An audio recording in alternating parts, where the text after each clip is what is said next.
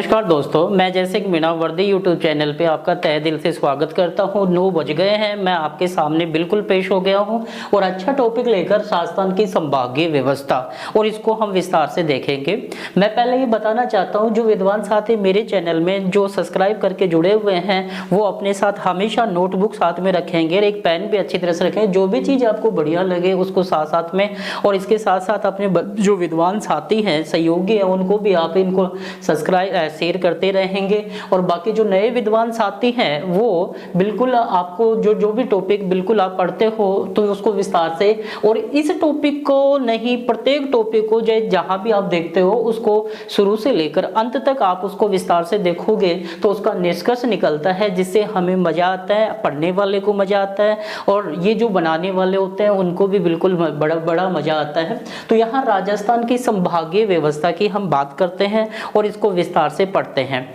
तो सबसे पहले मैं संभागीय व्यवस्था की शुरुआत आपको बता देता हूं कि राजस्थान में संभागीय व्यवस्था कब प्रारंभ हुई थी, कब इसको बंद किया गया, कब इसे पुनः प्रारंभ किया गया और वर्तमान में कितने हैं, पहले कितने थे, ये चीजें मैं आपको साथ साथ में लेके चलता हूं। देखिए यहाँ पे अगर अपन बात करें कि राजस्थान में संभागीय व्यवस्था, तो राजस्थान की अगर अपन यहाँ पे बात करते हुए चलते हैं, राजस्थान में संभागीय व्यवस्था, तो राजस्थान में संभागीय व्यवस्था की शुरुआत, संभागीय व्यवस्था की शुरुआत बिल्कुल अगर अपन बात करें तो राजस्थान में संभागीय व्यवस्था की शुरुआत हुई थी 30 मार्च 1949 को, 30 मार्च 1949 को। और ये 30 मार्च जो है वो राजस्थान दिवस के रूप में भी मनाया जाता है, राजस्थान दिवस। बिल्कुल अगर अपन बात करें 30 मार्च 1949 को राजस्थान में संभागीय व्यवस्था की शुरुआत हुई।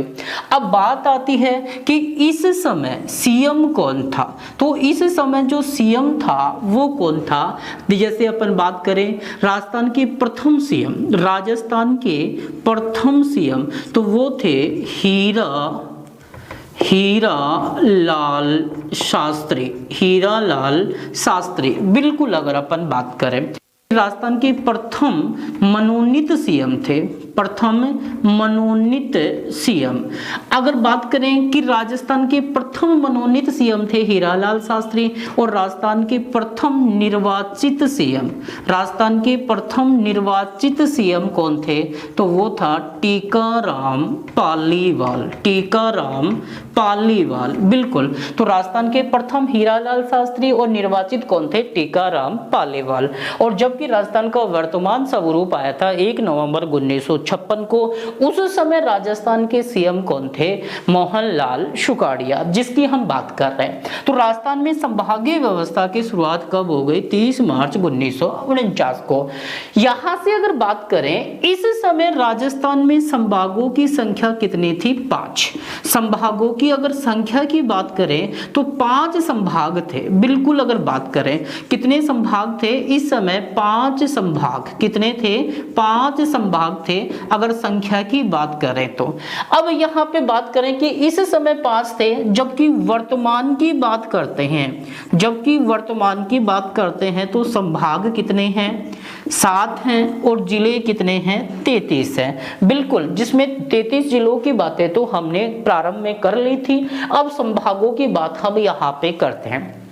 तो देखिए वर्तमान में 7 संभाग है, लेकिन बीच में हम यहाँ पे छोटा सा एक नोट डालते हैं और उस नोट को विस्तार से देखते हैं। और वो नोट जो है वो अपन बात करते हैं, ये नोट डालते ही आप मान लिया करो कि विशेष है और कोई चीज अच्छी है जिसमें अपन इसकी बात करेंगे। जैसे मैं यहाँ पे आपको छोटा सा बताऊं कि ये भारत है अपना, और ये भारत जो है इसके कुछ पड़ोसी देश हैं। जैसे वास्तविक पड़ोसी देश तो हैं कितने, 8।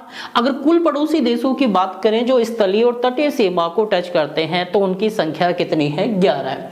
जिसमें से 2 देश जो है वो भारत के पड़ोसी देश हैं, जिन्हें हम बिल्कुल पड़ोसी देश जो भारत की हमेशा बीच बीच में टांग खींचते रहते हैं। जिनमें से एक तो जो पड़ोसी देश है वो कौन है, चीन है, और एक पड़ोसी देश कौन सा है, पाकिस्तान। तो यहाँ पे अगर बात करें तो देखो पाकिस्तान ने तो यहाँ भारत पे 1965 में और 1971 में 2 युद्ध किए थे, और चीन ने भारत के ऊपर 1962 में, चीन ने भारत के ऊपर 1962 में आक्रमण किया था। तो यहाँ पे नोट का मतलब होता है कि हम बात करें कि 1962 में चीन ने भारत पर आक्रमण किया। चीन ने भारत पर क्या किया? आक्रमण किया, जिससे भारत की अर्थव्यवस्था क्या हो गई? खराब या बिगड़ गई। जिसके कारण अब 1962 में इस समय राजस्थान के सीएम कौन थे? तो इस समय राजस्थान के सीएम थे, कौन थे? मोहनलाल सुखाड़िया। कौन थे? मोहनलाल सुखाड़िया। इस समय राजस्थान के सीएम थे मोहनलाल सुखाड़िया। और मोहनलाल सुखाड़िया ने इस चीन के बाद में भारत की अर्थव्यवस्था खराब होने की वजह से इन्होंने क्या किया कि राजस्थान में संभागीय व्यवस्था को कुछ समय के लिए रोक दिया, यानी संभागीय व्यवस्था को समाप्त कर दिया। यहाँ पे इन्होंने इस संभागीय व्यवस्था को क्या कर दिया? समाप्त कर दिया। चलो मान लिया समाप्त कर दिया। तो यहाँ 1962 में, अब देखिए यहाँ पे होता क्या है कि 1962 में चीन ने भारत पे आक्रमण किया, लेकिन बाद में कुछ समझौता हो गया था। लेकिन बाद में एक अपना भारत का एक क्षेत्र था जिसे अपन बोलते हैं तिब्बत। क्या बोलते हैं? तिब्बत। इस तिब्बत के पास में यहाँ मानसरोवर झील है, और इस मानसरोवर झील के समीप से यहाँ से कुछ भारत की 3 प्रमुख नदियां निकलती हैं। जैसे अपन बात करें, एक तो आपकी कौन सी? सिंधु नदी, जो भारत के उत्तर की ओर से। एक फिर हमारे यहाँ से रोहतांग दर्रे के समीप, रोहतांग दर्रा हिमाचल प्रदेश में है और यहाँ पे प्रवेश करती है, जिसे अपन बोलते हैं रोहतांग दर्रा नहीं सॉरी सिपकिला दर्रे के हिसाब से। कौन सा? सिपकिला दर्रा यहाँ प्रवेश करती है और हिमाचल प्रदेश में, जिसे अपन बोलते हैं सतलज। और एक अपनी यहाँ से निकलती है ब्रह्मपुत्र, और ब्रह्मपुत्र जब निकलती है उसे बोलते हैं सापू। और भारत में जो प्रवेश करती है तो इसे बोलते हैं दिहांग। क्या बोलते हैं? दिहांग। और बाद में ये अरुणाचल प्रदेश, असम होती हुई बंगाल की खाड़ी में, और ये यहाँ पे आकर अंत में इसमें, और अंत में ये किस में मिल जाती है? सिंधु में, सतलज। और यहाँ मिलने के बाद में ये अरब सागर में। तो ये 3 प्रमुख नदियां यहाँ से निकलती है जिनकी बात करें तो यहाँ पे ये जो अपनी कौन सी मैंने सतलज नदी बताई थी, ये राजस्थान भारत के हिमाचल प्रदेश में सिपकिले दर्रे के समीप से क्या करती है? प्रवेश करती है। अब देखिए यहाँ पे, तो यहाँ पे बेटा ये हमने पता चल गया पाकिस्तान ने 1965-1900 इन दोनों ही युद्धों में भारत की विजय हुई थी। भारत की क्या हुई थी? विजय। लेकिन यहाँ पे तिब्बत का एक धार्मिक गुरु था, और तिब्बत का एक धार्मिक गुरु था जिसका नाम था दलाई लामा। क्या नाम था? दलाई लामा। और उस दलाई लामा ने बेटा इनका और चीन के पास से सिफारिश, और इधर चीन ने दलाई लामा को गुरु को आधार मानकर भारत पर उसने आक्रमण कर दिया, और इसी वजह से भारत की अर्थव्यवस्था और इस युद्ध में चीन के हाथों भारत की क्या हो गई? पराजय हो गई, और इसी वजह से भारत की अर्थव्यवस्था बिगड़ गई। इसी बात को ध्यान में रखते हुए मोहनलाल सुखाड़िया ने राजस्थान में संभागीय व्यवस्था को बंद कर दिया। अब देखिए यहाँ से अगर अपन बात करें, फिर आता है कि राजस्थान में संभागीय व्यवस्था पुनः प्रारंभ कब हुई? तो राजस्थान में पुनः संभागीय व्यवस्था प्रारंभ कब होती है? अब राजस्थान में पुनः संभागीय व्यवस्था, तो पुनः संभागीय व्यवस्था की जो शुरुआत है, पुनः संभागीय व्यवस्था की जो शुरुआत है वो होती है जनवरी 1987, या यहाँ पे हम डाल सकते हैं 26 जनवरी 1987 को राजस्थान में संभागीय व्यवस्था की शुरुआत होती है। तो पुनः संभागीय व्यवस्था 26 जनवरी 1987। अब बात आती है कि इस कौन से सीएम, इस समय सीएम कौन था? तो इस समय जो सीएम था उसकी अगर बात करें तो वो थे हरदेव जोशी। कौन थे? हरदेव जोशी। और हरदेव जोशी का संबंध राजस्थान के कौन से जिले से था? बांसवाड़ा, जिसे 100 द्वीपों का शहर भी कहा जाता है।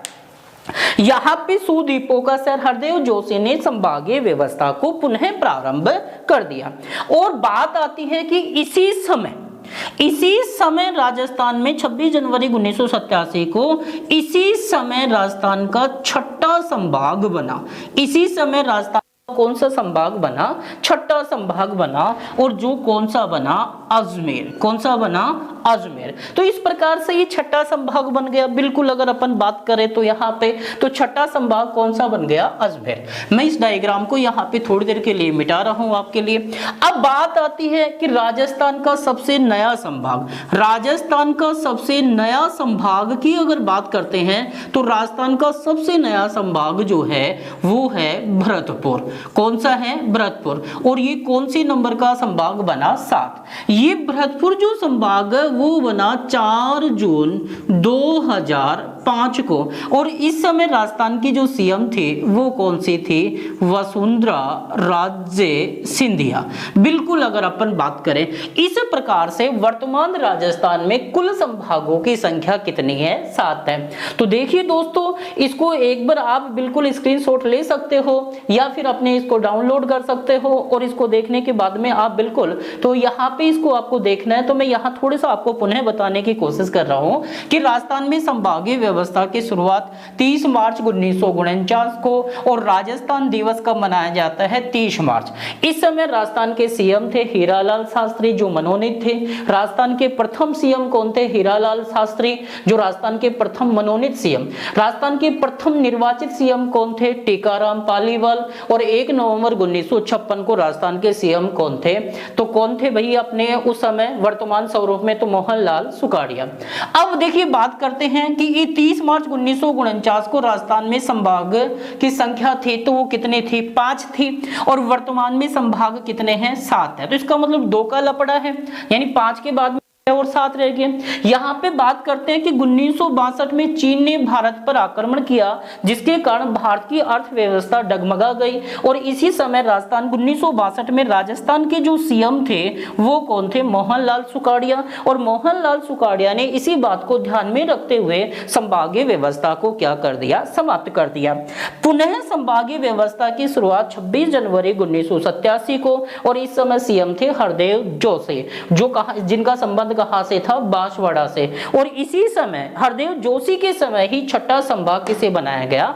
अजमेर को बनाया गया। तो इस प्रकार से ये छठा संभाग, जबकि राजस्थान का सबसे नया संभाग है भरतपुर जो 7वां नंबर का। और ये कब अस्तित्व में आया था? 4 जून 2005। और इस समय सीएम कौन थे? वसुंधरा राजे सिंधिया। तो इस प्रकार से राजस्थान के ये 3 सीएम थे जिनकी हम लोगों ने बात की।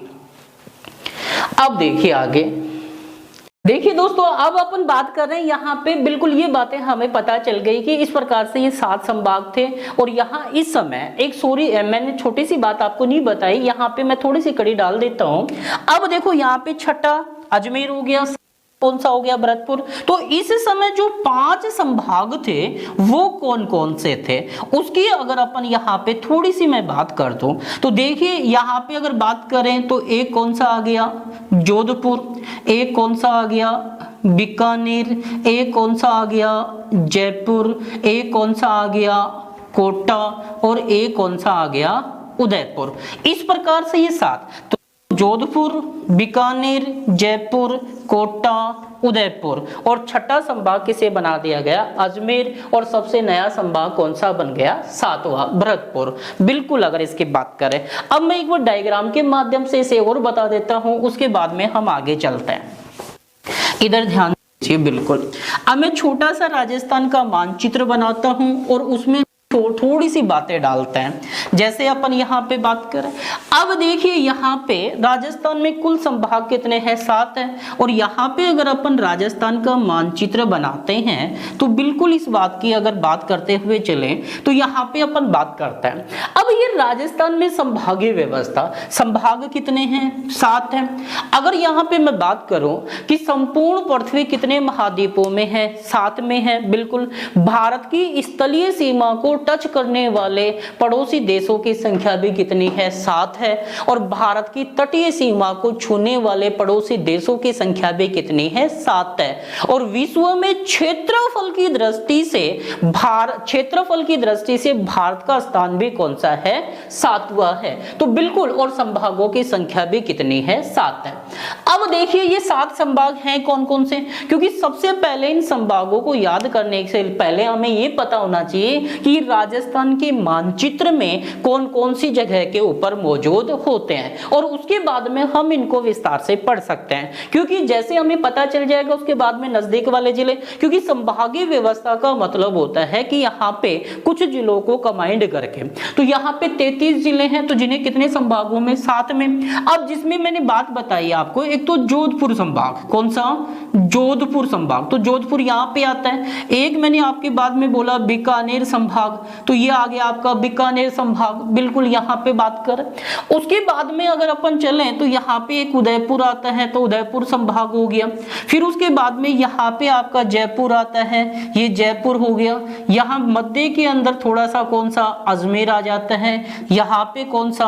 कोटा आ जाता है। और इधर धौलपुर से थोड़ा ऊपर की तरफ क्या आ जाता है? भरतपुर। तो इस प्रकार से ये 7 संभाग हो गए। जैसे 1 नंबर, 2 नंबर, 3 नंबर, 4 नंबर, ये आपका कौन सा हो गया? 5 नंबर, ये 6 नंबर, और ये हो गया आपका 7 नंबर। इस प्रकार से ये 7 संभाग आपके हो गए। तो साथ में बीकानेर, जोधपुर, उदयपुर, अजमेर, जयपुर, भरतपुर और कोटा, बिल्कुल अगर बात करें। अब देखो यहाँ पे मैं थोड़ा सा आपको सीधी तरीके से बता दूं, जैसे राजस्थान का सबसे उत्तरी जिला श्रीगंगानगर, उसके बगल में कौन? हनुमानगढ़। फिर उसके नीचे कौन? चूरू। ये बात आपको अच्छी तरह से पता है। इधर अपन वापस नीचे चलते हैं तो राजस्थान के पश्चिम में कौन सा जिला? जैसलमेर। फिर उसके नीचे कौन सा? बाड़मेर। फिर उसके नीचे कौन सा? जालोर। जालोर से फिर नीचे चलते हैं तो अगला कौन सा? सिरोही। सिरोही से नीचे उदयपुर, और उदयपुर से नीचे डूंगरपुर, और उसके बाद में कौन सा आ जाता है? बांसवाड़ा। ये बात आपको पता है, क्योंकि ये जो 6 जिले हैं, बिल्कुल अगर बात करें तो ये किसको टच करते हैं? गुजरात को। किसको टच करते हैं? गुजरात को। और गुजरात को हमने शुरुआत में देख लिया था। इधर ये जो जिले हैं, बिल्कुल अगर इनकी बात करें, ये 4 जिले किसको टच करते हैं? पाकिस्तान को, जो हमने पहले पढ़े थे। अब देखो धीरे धीरे आपको प्रत्येक टॉपिक का पता चल जाएगा, हमें क्रम से आपको पढ़ाया। उसके बाद में इधर मध्य प्रदेश आ जाता है, एमपी के 10 जिले राजस्थान के टच करते हैं, तो जिनमें बांसवाड़ा, प्रतापगढ़, चित्तौड़गढ़, फिर आपका भीलवाड़ा, कोटा, झालावाड़, बारा, सवाई माधोपुर, करौली, और एक आपका कौन सा आ गया? धौलपुर। उसके बाद में भरतपुर से ऊपर चले तो यहाँ यूपी भी आ गया, दोनों की बात हो गई। इधर आपका हरियाणा बच गया, तो हरियाणा के साथ एक तो भरतपुर हो गया। फिर उसके बाद में सिंहद्वार देखा था जो अलवर था, फिर जयपुर, उसके बाद में सीकर, सीकर के बाद में ये आपका कौन सा? झुंझुनू, झुंझुनू के बाद में चूरू, हनुमानगढ़, सीकर, ये आपका 6 जिले हो गए हनुमानगढ़ के साथ। और ये ऊपर ही ऊपर था आपका पंजाब। अब रह गए कुछ मध्यवर्ती। मध्यवर्ती में 2 तो आ गए, जोधपुर आ गया और अजमेर आ गया, बिल्कुल अगर अपन बात करें, जबकि भीलवाड़ा तो यहाँ से इसको टच करता है। अब बच गए कि मध्यवर्ती 8 थे जिनमें हमने देखा था, तो जोधपुर और बीकानेर और अजमेर के बीच में तो कौन आ गया? नागौर। बिल्कुल बात करें, यहाँ जोधपुर के नीचे की तरफ चले या जालोर के बगल में पाली, फिर इधर अजमेर आ गया। उदयपुर से ऊपर चले तो यहाँ पे कौन आ गया? आ गया। जयपुर से और अजमेर के इधर चले तो टोंक आ गया, इन दोनों के इधर चले तो दौसा आ गया, और यहाँ पे चले तो ये कौन सा आ गया? बूंदी आ गया। ये 33 जिले हमने पढ़े थे और बिल्कुल विस्तार से देखे थे। अब देखो संभाग की अगर बांटते हैं तो बीकानेर संभाग में तो ये 4 जिले आ जाते हैं, बीकानेर, चूरू, हनुमानगढ़ और श्री गंगानगर। जोधपुर संभाग की अगर अपन बात करते हैं तो ये जोधपुर संभाग में कितने जिले आ जाते हैं? 6, सिरोही, पाली, जोधपुर, जैसलमेर, बाड़मेर बाड़मेर और जालौर। उदयपुर संभाग की अगर अपन बात करते हैं तो ये उदयपुर संभाग में कौन कौन से जिले आ जाते हैं, बिल्कुल अगर देखें तो राजसमंद, चित्तौड़गढ़, उदयपुर, डूंगरपुर, प्रतापगढ़ और बांसवाड़ा। कोटा की बात करें तो कोटा के साथ बिल्कुल अगर अपन चर्चा करें यहाँ पे तो सवाई माधोपुर को हमें थोड़ा सा ऊपर लिखना पड़ेगा और ये बूंदी कोटा के निकट लिखनी पड़ेगी।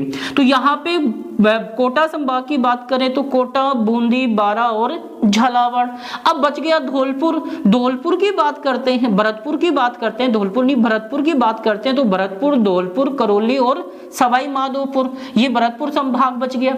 अब बचा अपने पास अजमेर और जयपुर। यहाँ पे अगर बात करें जिसमें झुंझुनू आ गया, सीकर आ गया, जयपुर आ गया, दौसा आ गया और अलवर आ गया, ये जयपुर संभाग हो गया। बच गया मध्यवर्ती जिसमें एक तो नागौर, अजमेर, टोंक और भीलवाड़ा। तो अजमेर संभाग के जिले भी हो गए नागौर, अजमेर, टोंक और भीलवाड़ा। देखिए यहाँ पे बिल्कुल हमने 33 जिले भरे, उनको अलग अलग किया, हमें पता चला तो बीकानेर संभाग में बीकानेर, श्रीगंगानगर 4 जिले, इधर जोधपुर में 6 जिले, इधर उदयपुर में 6 जिले, कोटा में 4 जिले, भरतपुर में 4 जिले, जयपुर में 5 जिले और ये जो अजमेर है इसमें भी कितने 4 जिले। इस प्रकार से ये 33 जिले हो जाते हैं। अब राजस्थान का सबसे मध्यवर्ती संभाग कौन सा हो गया, अजमेर हो गया। एक बात तो ये हो गई। अब देखो यहाँ पे जो क्वेश्चन आपसे पूछा जाता है वो आता है, एक तो आता है क्षेत्रफल की दृष्टि से बड़े संभाग, तो मैं एक साथ ही आपको बता देता हूं और उसके बाद में हम एक एक संभाग को पढ़ाएंगे। एक तरफ तो हमने डाल दिया क्षेत्रफल और दूसरा हमने डाल दिया जनसंख्या। जनसंख्या की दृष्टि से बड़े संभाग, तो देखिए सबसे पहले हम बात करते हैं क्षेत्रफल की। तो क्षेत्रफल की दृष्टि से सबसे बड़ा जो संभाग है वो कौन सा है, जोधपुर। क्षेत्रफल की दृष्टि से सबसे बड़ा संभाग जो है वो कौन सा है, जोधपुर। और दूसरे नंबर की अगर अपन बात करते हैं तो दूसरे नंबर पे क्षेत्रफल की दृष्टि से सबसे बड़ा संभाग आता है बीकानेर। कौन सा आ जाता है, बीकानेर। बिल्कुल अगर बात करें तो क्षेत्रफल की दृष्टि से दूसरा सबसे बड़ा बीकानेर, पहला सबसे बड़ा जोधपुर। अब बात आती है तीसरे की, और तीसरे की जब अपन बात करते हैं क्षेत्रफल की दृष्टि से तीसरा सबसे बड़ा तो वो आ जाता है आपका अजमेर। तीसरा फल की दृष्टि से सबसे बड़ा आता है वो आता है अजमेर। बिल्कुल अगर बात कर रहे हैं। अब चौथे की अगर बात करते हैं तो चौथे में या तो उदयपुर या फिर जयपुर, लेकिन यहाँ पे चौथा जो क्रम आएगा वो कौन सा आ जाएगा, उदयपुर। और 5 नंबर पे आपको पता ही है कौन सा आ जाएगा, जयपुर। क्षेत्रफल की दृष्टि से अब 7 और 8 का पता चल गया। अब 7 और 8 में क्षेत्रफल की दृष्टि से सबसे बड़े की अगर बात करें, ये 6 नंबर की बात करते हैं तो कौन सा आ जाता है, कोटा।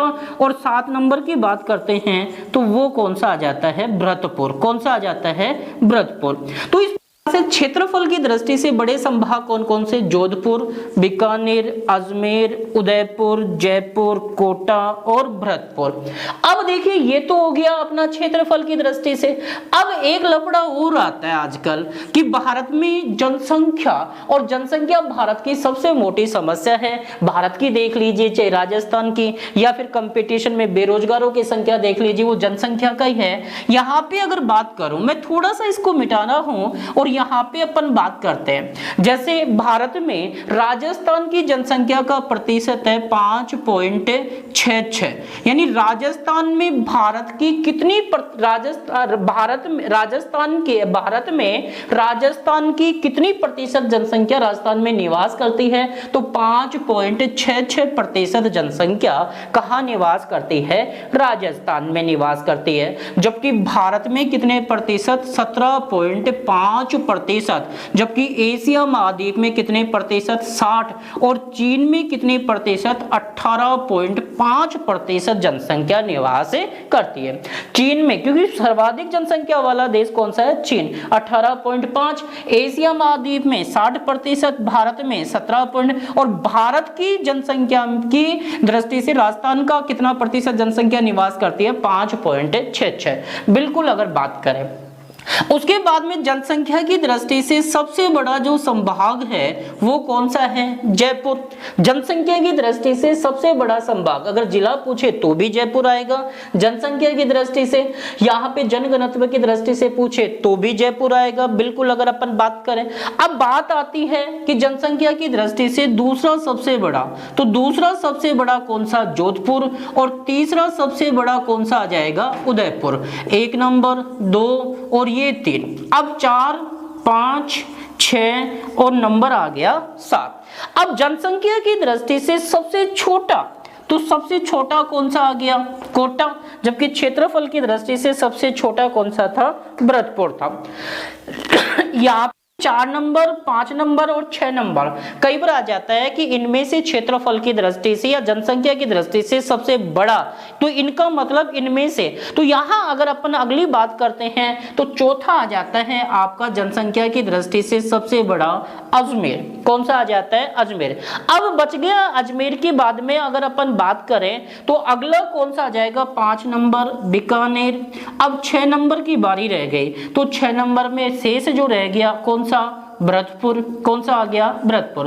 तो जनसंख्या की दृष्टि से 7 बड़े, जयपुर, जोधपुर, उदयपुर, अजमेर, बीकानेर, भरतपुर और कोटा। क्षेत्रफल में जोधपुर, बीकानेर, अजमेर, उदयपुर, जयपुर, कोटा और भरतपुर। तो ये जनसंख्या और क्षेत्रफल की दृष्टि से बड़े संभाग आ गए। अब प्रत्येक संभाग की विशेषताओं को हम विस्तार से देखेंगे और यहाँ पे अब अपन एक एक संभाग को उठाते चलेंगे, जिसमें मैंने प्रैक्टिकल आपको यहाँ पे बता दिया। जैसे न्यूनतम नदियों वाला संभाग बीकानेर आ गया, सर्वाधिक क्षेत्रफल वाला जोधपुर आ गया, सर्वाधिक वनस्पति वाला उदयपुर आ गया, सर्वाधिक नदियों वाला कोटा आ गया, सबसे नया संभाग भरतपुर आ गया। ये राजस्थान का एकमात्र संभाग है भरतपुर जो 3 राज्यों की सीमाओं को क्या करता है? टच करता है। राजस्थान का सबसे मध्यवर्ती संभाग अजमेर आ गया। राजस्थान का एकमात्र संभाग जिसमें 5 जिले जो जनसंख्या व साक्षरता की दृष्टि से प्रथम स्थान रखता है, जिसकी अभी अपन बातें करेंगे। अब देखिए हम एक एक संभाग की, तो सबसे पहले आपको ये स्क्रीनशॉट लेना है क्षेत्रफल और जनसंख्या का, क्योंकि आजकल क्वेश्चन पूछा जाता है। पहले तो बड़ा और छोटा पूछा जाता था, लेकिन आजकल आपको क्रम पूछा जाता है कि इनमें से, जैसे आपके पास समस्या है, जैसे नौकरी आप लग जाते हो तो फूफा अलग से फोटो लेके आता है, मामा अलग से लेके आता है, क्योंकि आपके सामने 4-5 फोटो या 10, तो उनमें से आपको, लेकिन बेरोजगार होते हो तो बेरोजगार के सामने मामा ही एक आधी फोटो लेके आएगा और वो भी आपको पूछेंगे कि 10वीं में कितने बने। बाकी तो आपको पता ही है आपके साथ क्या होता है, मुझे कहने की आवश्यकता ही नहीं है, तुम समझदार हो। तो यहाँ पे बिल्कुल इसको साथ साथ में अपने को देख